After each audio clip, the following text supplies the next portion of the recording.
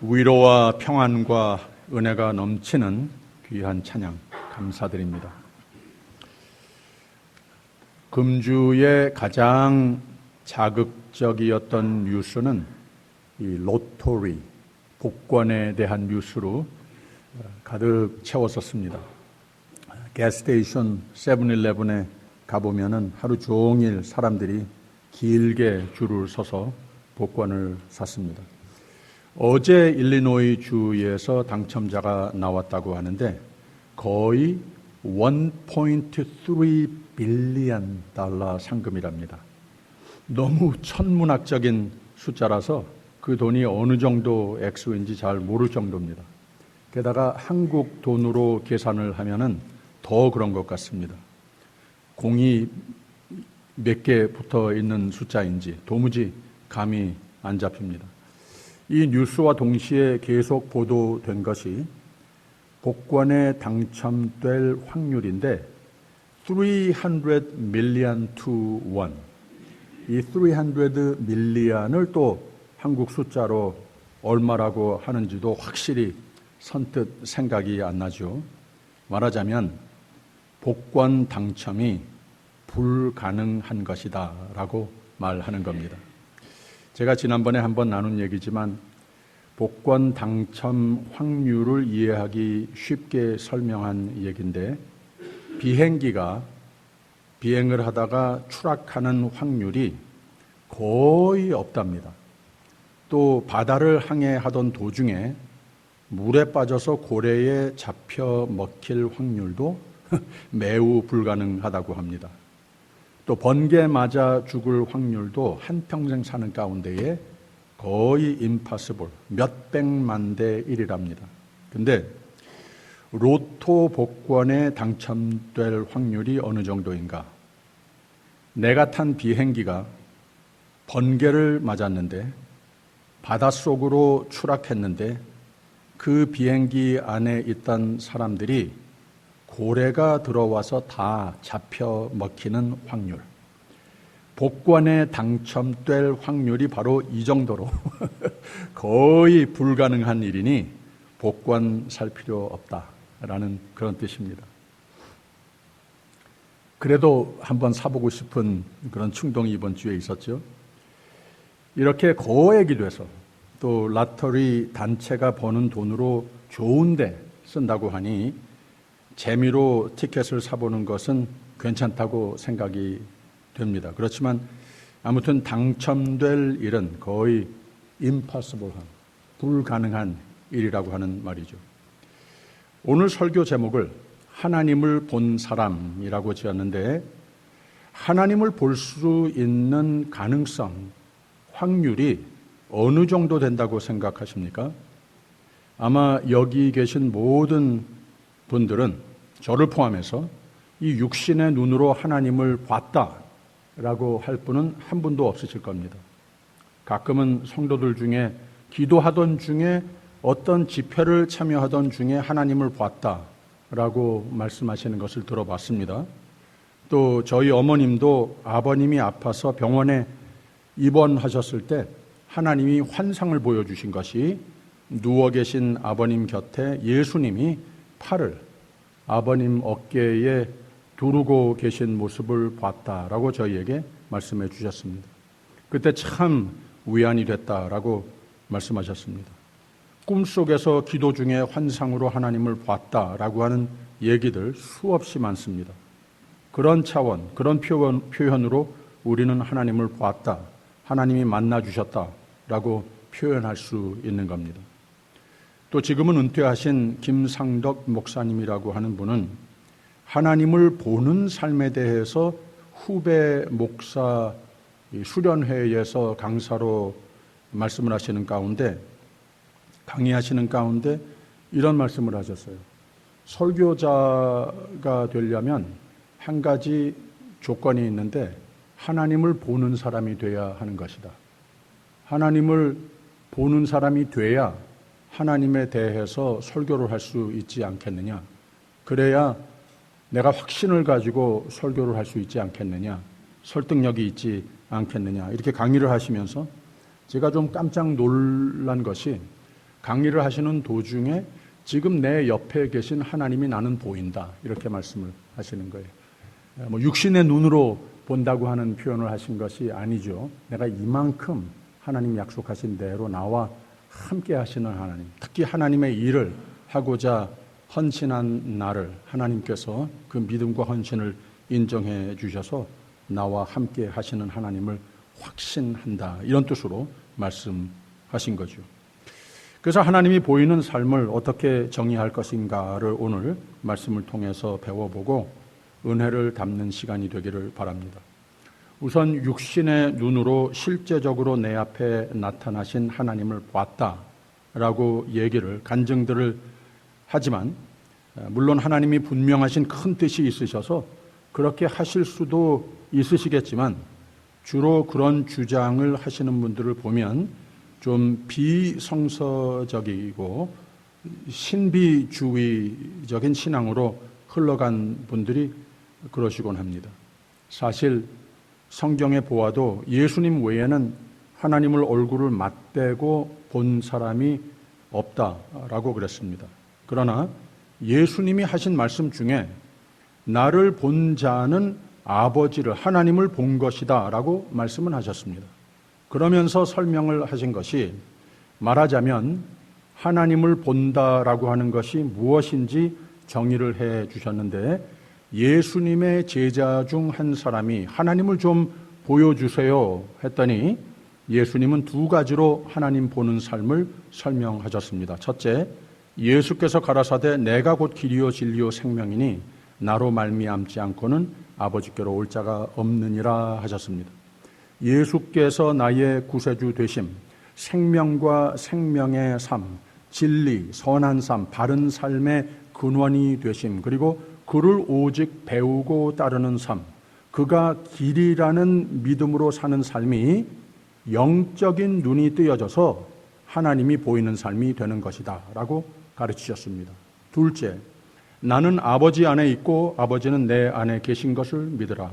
그 말은 내가 사는 것, 내가 하는 일, 모든 것이 하나님의 일을 하는 것이라고, 내가 하는 모든 일이 곧 하나님 그분이 내 삶을 통해서 하나님이 일하시는 것을 너희가 보는 것이다 라고 말을 했습니다. 즉 사람이 성령, 즉 하나님의 영으로 충만하여 성령 행전의 삶이 되면 나도 내 주위 사람도 내 삶, 내 생각, 내 선택, 나 하는 일, 이것으로 말미암아 하나님을 보게 되는 것이다 라고 가르치셨습니다. 그러면서 나뿐만 아니라 너희도, 나를 믿는 자는 나의 하는 일을 저희도 할 것이요 또한 이보다 큰 것도 할 것이다 라고 하시면서 하나님의 뜻, 하나님의 일을 받들고 최선을 다해 사는 삶은 하나님을 보는 삶, 내 삶에 하나님의 권능이 보여지는 삶이 되는 것이다 라고 가르치셨습니다. 이해가 충분히 되시죠? 그래서 다시 정리하면 예수님은 하나님을 보여달라, 하나님을 봤다, 이런 신비주의적인 신앙은 아니고 진정 하나님이 보이고 그의 능력이 소유되고 보여지는 믿음과 순종의 삶이 되라. 이것이 바로 하나님이 보이며 하나님을 보여주는 삶이 되는 것이다 라고 하나님을 보는 삶을 바로 정의해 주신 겁니다. 그러면 신비적인 오해는 잘 풀린 것 아닙니까? 이런 바른 하나님을 보는 삶의 정의를 깨달았으니 이런 하나님을 본 사람, 축복 중에 축복, 능력 중에 능력, 확신 중에 확신을 안고 산 사람들의 확률은 어느 정도일까? 100만 대 1, 만 대 1, 100대 1? 아닙니다. 하나님을 보는 삶이라고 하는 것은 그렇게 희박한 확률이 아닙니다. 1대 1 확률입니다. 확실한 겁니다. 정말 그렇습니다. 보세요. 예레미야 29장을 보게 되면은 너희가 전심을 나를 찾고 찾으면 나를 만나리라 라고 하셨습니다. 잠언서 8장에는 나를 사랑하는 자들이 나의 사랑을 입으며 나를 간절히 찾는 자가 나를 만날 것이니라 라고 했습니다. 이사야서 55장에는 너희는 여호와를 만날 만한 때에 찾으라. 가까이 계실 때에 그를 부르라 라고 그랬습니다. 하나님은 이렇게 하나님을 볼 수 있는 삶, 하나님이 만나 주시는 삶으로 믿는 사람을 초대하십니다. 이걸 확실한 하나님의 약속으로 성경은 선포하고 있습니다. 이제 하나님을 보는 삶에 대한 성경 인물의 예를 보도록 하겠는데, 오늘 말씀을 보면 야곱이 하나님을 본 사람이라고 소개하고 있습니다. 이게 무슨 의미인가? 우리도 하나님을 보는 삶을 살 수 있는 것인가? 육신의 눈으로 하나님을 볼 수는 없다고 그랬는데 야곱 경우에는 무슨 말을 하는 건가? 우리도 야곱의 경우와 같이 하나님을 보는 삶을 경험하면서 살 수 있는 것인가? 이런 질문들로 야곱의 하나님을 본 경우를 재조명하면서 우리의 삶 속에도 하나님을 보는 삶을 소망하고 다짐하는 삶, 승리의 삶을 소망하고 다짐하는 시간이 됐으면 좋겠습니다. 이 야곱의 인생의 이야기 중에 가장 극적인 에피소드를 그리고 있는 말씀 아니겠습니까? 하나님을 봤다고 그랬습니다. 야곱은 젊었을 때는 좀 재주를 많이 부리면서 인격자보다는 호감을 주위 사람들에게 사지 못하는 존재로 여겨집니다. 분명히 하나님이 사랑하시고 언약의 대상이 된 것은 분명한데 그 부족한 인격마저도 좀 개정할 것이 있어서 그런지 한 세월 동안 많은 고생을 합니다. 이 형 에서와 아버지를 속여서 장자 축복을 빼앗았습니다. 아내를 얻으려 어머니 고향에 갔다가 자기 속인 것과 비슷하게 속임을 또 실컷 당하는 에피소드도 있었습니다. 그래도 아마 느낀 것이 많이 있은 후에 한 가족을 거느릴 수 있는 많은 재산까지 함께 집으로 돌아옵니다. 이 집으로 돌아오는 길인데 야곱의 마음은 두 가지의 극과 극의 이모션이 있습니다. 기쁨과 설레임이 있고 성취감, 미래에 대한 희망이 있습니다. 그런데 아마 자기를 만나기를 벼르고 있는 형이 저 앞에 있다는 말입니다. 지금까지 하나님은 여러 번 야곱의 꿈과 또 천사로 나타나셔서 하나님의 신실하심을 확인해 주셨습니다. 그러나 집으로 돌아오는 이 길에 서서는 형 에서가 나를 어떻게 대할까? 걱정이 가득 채웠습니다. 불안했습니다. 분명히 잘 못한 게 너무 많으니까 사실 이미 앞으로 잘못됐습니다 메시지와 화려한 선물을 많이 보냈지만 이런 것들이 별로 효과가 있을까? 없을까? 이런 생각으로 가득 채웠습니다. 그래서 여기서는 하나님이 도우셔야 되겠구나. 지금까지는 기도하는 사람으로서 대표적으로 소개가 되지 않았었는데 여기서 한번 하나님 앞에 매달려 기도해 봐야 되겠다. 너무 불안하다. 앞으로 어떻게 일이 전개될는지 잘 모르겠다. 기도를 하는 방법밖에는 없다. 이렇게 마음을 결정합니다. 조금 뒤로 가서 22절, 23절 보면 이런 말씀이 있어요. 밤에 일어나 두 아내와 두 여종과 11 아들을 인도하여 야복 나루를 건널세. 그들을 인도하여 시내를 건네며 그 소유도 건네고 라고 그랬습니다. 그 마음이 불쾌한 것을 좀 혼자 있으면서 해결하고 싶은 마음이 있었습니다. 오랜만에 기도를 했습니다. 이제 내일이면은 형을 만날 지경인데 그래서 우선 아내들과 아이들, 여종들과 재산들을 야복강 건너로 먼저 보냅니다. 이제 길리앗에 혼자 남았는데 여기서 아주 드라마틱하게 하나님이 나타나십니다.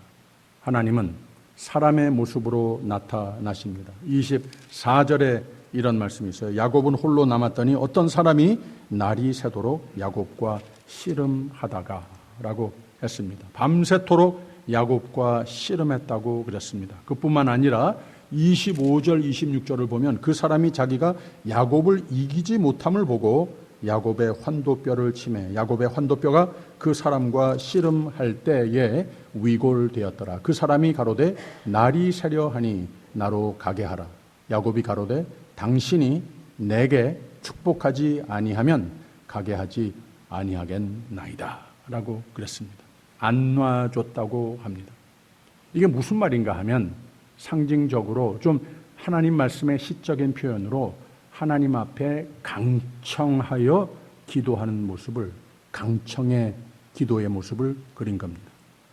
기도에 대한 또 하나님이 만나주시는 방법에 대해서 말을 해주고 있는 것 아니겠습니까? 야곱은 성격상 액션의 사람이었습니다.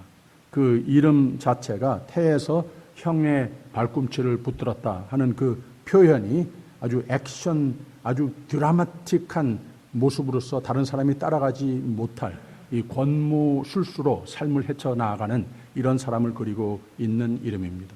그런데 기도로 자신의 기도의 필요성, 하나님의 도움의 필요성을 잘 평가해 가지고 늘 준비성, 장소, 여건, 시간, 간절함 있는 이 기도를 한번 해봐야 하겠다. 성령께서 그렇게 인도해 주셨다고 하는 겁니다. 아주 상징적인 장면 아니겠습니까? 야곱의 악작 같은 성격이 이제는 하나님을 갈급하는 모습으로서 표현이 됐습니다. 야곱을 이기지 못했다라는 표현을 했습니다. 하나님이 내 이름이 무엇냐? 물어보니까 야곱입니다. 다시 발꿈치를 잡는 자. 아주 쉽게 말을 하면은 지독한 성격을 가지고 있는 사람이다. 그런 뜻입니다. 하나님은 그래? 지독하구나. 이제부터는 네 이름 바꾸자. 지독해라. 그런데 나에게 믿고 의지하고 기도하는 삶으로 지독해라. 이스라엘이라고 하는 이름으로 바꿨는데 하나님과 겨누어 싸워 이긴 자다. 하나님과 더 싸워서 힘이 셌다고 하는 이런 표현 아닙니다. 하나님이 도무지 힘으로 당하지 못해서 야곱에게 졌다 이런 뜻이 아닙니다. 나에게 믿고 하나님께서 함께 하심의 삶을 나에게 이 확신을 안겨달라고 하는 아주 끈질기게 붙들고 놔주지 않는 이 기도, 이 뜨거운 기도의 모습을 보면서 하나님께서 그래, 네가 이겼다. 내 기도 내가 응답해 주마. 이런 의미에서 하나님께서 내가 졌다. 내가 이겼다. 이렇게 말씀을 하신 거라고 하는 거죠. 그래서 기도라고 하는 것은 신학적으로, 교리적으로 늘 잘 맞지 않아도 괜찮습니다. 하나님 앞에 기도드릴 때에 하나님께서 이게 교리적으로 잘 맞았나? 아닌가? 보시고 나서 듣고 안 들으시고 응답하고 안 하시고 하시는 하나님이 아니라고 하는 거예요. 하나님께서는 표현력이 부족해도 뭘 잘 몰라도 나의 마음에 있는 문제들, 마음에 있는 괴로움들, 내가 지금 당면하고 한치 앞도 어떻게 헤쳐나가야 할 것을 모를 때 이 모든 것 다 그냥 하나님 앞에 그 마음을 쏟아놓는 이런 모습이 됐을 때에 하나님 인정하시는, 기뻐하시고 응답하고 싶어 하시는 기도가 된다고 하는 것을 믿으시기를 바랍니다. 하나님과 겨누어 이겼다고 그랬습니다. 이상하지만 이게 진리입니다. 하나님은 기계적인 하나님이 아니십니다. 섭리의 하나님이심도 맞지만 최고 강도의 믿음을 끌어내기 위해서 우리와 씨름도 하시는 하나님이시라고 하는 겁니다. 표현이 모순되지만 이길 때까지 하나님께서 우리에게 응답을 기뻐 채워주실 때까지 붙들고 하나님을 놓지 않으시는 기도의 삶을 보고 싶어 하시는 하나님이시라고 하는 겁니다. 29절 30절 보면 야곱이 청하여 가로되 당신의 이름을 고하소서. 그 사람이 가로되 어찌 내 이름을 묻느냐 하고 거기서 야곱에게 축복한지라. 그러므로 야곱이 그곳 이름을 브닐이라 하였으니 그가 이르기를 내가 하나님과 대면하여 보았으나 내 생명이 보존되었다 함이더라. 결국 하나님이 야곱을 축복하십니다. 기도 응답에 대한 확신을 안겨 주십니다. 하나님을 봤다라고 하는 뜻, 이 두려움이 사라졌습니다. 가는 길의 여건과 형의 마음과 적이 됐던 사이, 이런 것 확실치 않은 것이 아직까지도 많아도 that's okay, 괜찮다고 하는 겁니다. 하나님께서 나를 보시고 내가 하나님을 보는 믿음을 가지고 있으면 됐다고 하는 말입니다. 그래서 브니엘, 하나님의 얼굴이라고 그 고장을 이름을 주었습니다. 하나님을 보았다, 그 이름을 정했습니다. 그리고 나서 모든 일이 순조롭게 풀린 후에 좋은 땅에 행복한 삶을 가족과 꾸려나가면서 그 고장을 또 이름을 붙였는데 33장 마지막 절에 이렇게 말했어요. 거기 단을 쌓고 그 이름을 엘로헤 이스라엘이라고 하였더라 라고 그랬습니다. 이건 무슨 뜻인가 하면 강하신 하나님, 이스라엘의 하나님이라고 하는 뜻입니다. 내 이름이 무엇으로 바뀌었죠? 이스라엘, 하나님을 끈질기게 붙들고 놔주지 않는 뜨거운 믿음의 사람. 이런 하나님께서 강하신 하나님이신데 이 하나님이 나의 하나님이 되셨다고 하는 이 고백이 담긴 고장의 이름을 정했다고 하는 겁니다. 하나님을 만난 사람, 하나님을 본 사람이라고 성경은 이렇게 소개하고 있는 겁니다. 그런데 태어나서부터 야곱이라고 하는 형의 발 뒤꿈치를 붙잡은 자라고 하는 뜻, 잔꾀와 권모술수로 인생을 꾸려왔던 야곱에게 하나님은 내가 아니고 무서운 형도 아니고 주어진 환경과 여건도 아니고 하나님께 믿음을 가지되 씨름하듯 매달려 강청하는 기도의 사람으로 마음을 바꾸었을 때 하나님은 이렇게 선하고 평안의 길, 평탄의 길, 소망과 화평의 형통의 길로 바꾸어 주시더라고 하는 말입니다. 하나님이 보이는 삶이 바로 이겁니다. 할렐루야. 하나님께 기도와 그의 지혜와 힘을 의지하는 사람은 하나님이 만나 주심을 믿으시기를 바랍니다. 이거 확실한 겁니다. 믿음의 대상, 행복의 근원을 강하신 하나님, 나를 사랑하시는 하나님께 그 소망을 둔 사람은 하나님이 반드시 보이는 삶으로 그의 손길로 문제가 해결되고 사람의 마음이 바뀌고 어려웠던 환경과 여건이 다 형통으로 바꿔주시는 하나님이심을 믿으시기를 축원합니다. 이 새 이름 이스라엘, 하나님과 싸워 이기다, 이 뜻입니다. 기도를 뜨겁게 하는 삶이라고 하지 않았습니까? 하나님은 기도하는 사람을 기뻐하십니다. 하나님은 하나님을 찾는 사람을 만나주십니다. 하나님은 인생의 문제를 다 하나님께 가져오는 사람을 이 모든 것을 위해 세상의 다른 해결책을 찾지 않고 하나님께 모든 것을 믿고 기도하는 자, 강청에 기도하는 사람을 그래 내가 이겼다 하시면서 기뻐하시고 응답하시는 하나님이십니다. 이 뜨거운 기도, 강청의 기도의 예들이 성경에 참 많지 않습니까? 하나님과 씨름하여 이기듯 기도로서 그 능력의 삶을 소유한 사람들, 한나가 그 중에 하나입니다. 기도하는 가운데에 옆에 있는 사람이 술 취한 여자라고 지적을 했습니다. 그런데 아니라고, 나는 하나님께 이만큼 뜨거운, 당신 못 해봤죠? 이만큼 뜨거운 믿음을 가진 사람일 뿐입니다. 수로보니게 여인의 기도도 마찬가지였습니다. 제자들이 봤을 때에 외면했습니다. 어떻게 이렇게 질서를 다 무너뜨리고 예수님 앞에 와서 저렇게 하느냐. 예수님도 그 믿음을 테스트해 보기 위해서 더 뜨거운 기도를 끌어내기 위해서 사람 먹을 음식을 개한테 어떻게 주랴. 개라고요? 오케이, 개라고 불러도 좋습니다. 그러나 내가 내 딸을 위해서 기도하는 이 기도, 예수님 들어주셔야 되겠습니다. 들어주시지 않고는, 응답해 주시지 않고는 못 갑니다. 붙들고 놔주지 않았다고 하는 거예요. 강청의 기도입니다. 예수님도 매우 의도적으로 이 강청의 기도를 가르치셨는데 누가복음 11장에 이런 얘기를 하셨어요. 또 이르되 너희 중에 누가 벗이 있는데 밤중에 그에게 가서 말하기를 벗이여 떡 세 덩이를 내게 빌리라.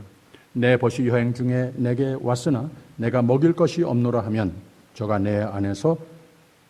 안에서 대답하여 이르되 나를 괴롭게 하지 말라. 문이 이미 닫혔고 아이들이 나와 함께 침소에 누웠으니 일어나 내게 줄 수 없노라 하겠느냐. 내가 너희에게 말하노니 비록 벗됨을 인하여서는 일어나 주지 아니할지라도 그 강청함을 인하여 일어나 그 소용대로 주리라. 내가 또 너희에게 이르노니 구하라 그러면 너희에게 주실 것이요 찾으라 그러면 찾을 것이요 문을 두드리라 그러면 너희에게 열릴 것이니 구하는 이마다 받을 것이요 찾는 이가 찾을 것이요 두드리는 이에게 열릴 것이니라. 이 기도의 삶, 강청의 기도를 하나님께서 기뻐하시는데 이것을 참 시적으로 잘 표현하는 닫힌 문을 두드리는, 이 닫힌 문을 두드리는 행위와 같이 하나님께 기도로 매달리는 삶이 되라 가르치셨습니다. 성 오거스틴은 믿음을 정의하기를 육신의 눈으로 하나님을 보는 것이 믿음이 아니라 하나님이 나를 보시는 하나님이심을 아는 것이 믿음이다. 이렇게 설명을 했습니다. 이걸 가지고 영의 눈이 열려서 하나님을 보는 것이다. 즉 믿음은 영의 눈이 열린다는 것인데 영의 눈으로 하나님이 나를 보심을 알게 되는 것이다. 이게 훨씬 낫지 않습니까?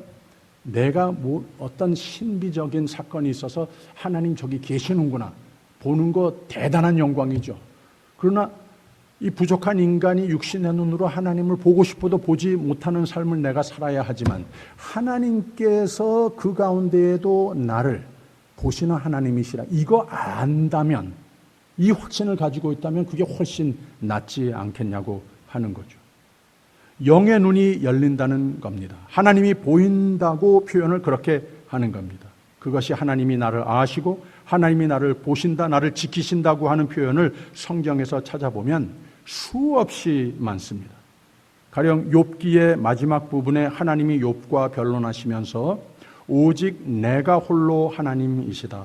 내가 하는 모든 것을 유한한 인간이 알 수도 볼 수도 없는 것이다 라고 가르치셨을 때 욥은 오직 무소불능하신 하나님을 내가 전적으로 절대적으로 믿을 뿐입니다. 나나 다른 사람들이나 하나님을 인간의 이해 차원으로 설명해 보려고 노력했던 것을 회개합니다 라고 말씀을 드렸습니다. 그리고 그저 하나님이 하나님 되셨으면 됐습니다. 하나님이 다 아시면 다 보시면 됐습니다. 하나님 뜻과 계획대로 섭리하시면 됐습니다. 그 내용을 내가 항상 잘 모르지만 하나님이 아시면 하나님이 하시면 됐습니다. 하나님은 가장 선하고 복된 길로 다 작정하시고 하나님 뜻을 하나님 방법대로 하나님 시간대로 다 하나님이 하시는 분임을 고백합니다. 그리고 다시 나는 하나님을 인간의 이해의 과계에 끼워 맞추려고 했던 것 미안합니다 하면서 한 말이 무엇인가 하면 욥기 42장 5절에 내가 주께 대하여 귀로 듣기만 하였었더니 이제는 눈으로 주를 배움나이다 라고 이 고백을 했어요. 맞죠? 믿음의 표현입니다. 육신의 눈을 말한 거 아니었었어요? 영의 눈으로, 영의 지각으로 하나님은 무소불능하신 하나님, 모든 것을 다 아시고 모든 것을 다 하시고 능하지 못하신 것이 없으신 분이십니다 라고 고백을 한 겁니다. 그래서 하나님이 보입니다 라고 하는 표현은 하나님을 확신으로 이제는 믿습니다. 무언가 보입니다 라고 고백을 한 겁니다.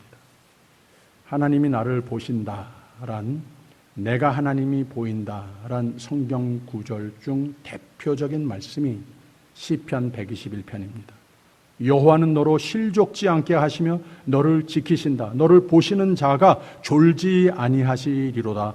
이스라엘을 지키시는 자는, 보시는 자는 졸지도 아니하시고 주무시지도 아니하시리로다 라고 그랬습니다. 여호와께서 너의 출입을 지금부터 영원까지 지키시리로다 라고 그랬습니다. 그리고 성경은 종종 우리를 보시는 하나님을 내가 하나님이 보인다라고 하는 표현을 함께 하시는 하나님이라고 표현하지 않았습니까? 여호수아서 1장에 내가 네게 명한 것 아니냐, 마음을 강하게 하고 담대히 하라, 두려워 말며 놀라지 말라. 내가 어디로 가든지 내 하나님 여호와가 너와 함께 하시느니라. 스바냐 3장에는 너의 하나님 여호와가 너희 가운데 계시니 그는 구원을 베푸실 전능자시라. 그가 너로 인하여 기쁨을 이기지 못하며 하시며 너를 잠잠히 사랑하시며 너로 인하여 즐거이 부르며 기뻐하시리라 하리라. 하나님의 사랑을 깨달으며 경험하며 함께 하시는 하나님을 이렇게 노래했습니다. 마태복음 28장 20절은 내가 너희에게 분부한 모든 것을 가르쳐 지키게 하라. 볼지어다 내가 세상 끝날까지 너희와 항상 어떻게? 함께 있으리라 하시니라.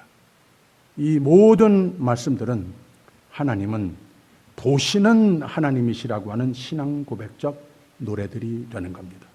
이런 노래가, 이런 신앙 고백을 하나님이 보인다라고 표현할 수 있는 겁니다. 이걸 아는 자, 이걸 믿는 자의 삶을 하나님을 보는 자라고 시적으로 표현을 할 수 있는 거라고 하는 말입니다. 그러면 하나님이 나를 아시면, 하나님이 나를 보시면, 하나님이 나와 함께 하시면, 나를 지키시면 왜 그러시는 건가? 왜 하나님이 보인다라고 하는 건가? 뭐가 보인다고 하는 겁니까? 우리를 생명의 길로 인도하시고 연약할 때 도움이 되시고 모든 해와 악으로부터 보호하시는 하나님이시라고 하는 말입니다. 할렐루야. 우리의 하나님은 바로 이런 일을 하시는 하나님이십니다. 이렇게 우리를 보시고 지키시고 인도하시고 도우시고 보호하시는 하나님을 다윗은 시편 23편에서 기가 막히게 잘 신앙 고백을 했습니다. 즉 믿음의 눈, 하나님을 보는 눈을 가진 사람이었습니다. 여러분 잘 아십니다만 제가 읽어드릴게요. 여호와는 나의 목자시니 내가 부족함이 없으리로다. 그가 나를 푸른 초장에 누이시며 쉴 만한 물가로 인도하시는도다. 내 영혼을 소생시키시고 자기 이름을 위하여 의의 길로 인도하시는도다. 내가 사망의 음침한 골짜기로 다닐지라도 해를 두려워하지 않을 것은 주께서 나와 함께 하심이라. 주의 지팡이와 막대기가 나를 안위하시나이다. 주께서 내 원수의 목전에서 내게 상을 베푸시고 기름으로 내 머리에 바르셨으니 내 잔이 넘치나이다. 나의 평생의 선하심과 인자하심이 정녕 나를 따르리니 내가 여호와의 집에 영원히 거하리로다. 뭔가 보이는 사람의 노래 아닙니까? 하나님을 보는 사람의 노래입니다. 오늘 예배 시간에 하나님께 향한 믿음이 세상을 믿는 믿음이 아니고 복권을 믿는 믿음도 아니고 하나님께 향한 믿음, 그의 의와 그의 나라를 위해 간구하는 삶이 더욱 굳건하게 세워지시기를 바라는 기도의 아침이 되시기를 바랍니다. 인생의 문제는 많지만 내가 가진 해결책은 늘 부족하지만 하나님이 나의 목자시니 내게 부족함이 없으리로다 라고 하는 고백으로 확신과 평안으로 채우실 하나님을, 나를 졸지도 주무시지도 않으시고 지키시는 하나님을 찬양하며 하나님은 항상 내 곁에 내 편에 함께 하심을 감사하며 하나님을 보는 삶을 오늘도 내일도 꼭 누리시기를 주님의 이름으로 축원합니다. 기도하겠습니다. 우리를 사랑하시는 하나님 감사합니다. 우리를 특히 문제 속에 있는 우리이면 더욱 보시고 지키시는 하나님 감사합니다. 우리의 강청의 기도를 기뻐하시고 응답하시는 하나님 감사합니다. 더욱 주님을 가까이 하는 삶을, 하나님을 확실히 보며 사는 삶을 이 아침 우리 모두 다짐하게 하여 주시옵소서. 예수님 이름으로 기도합니다. 아멘.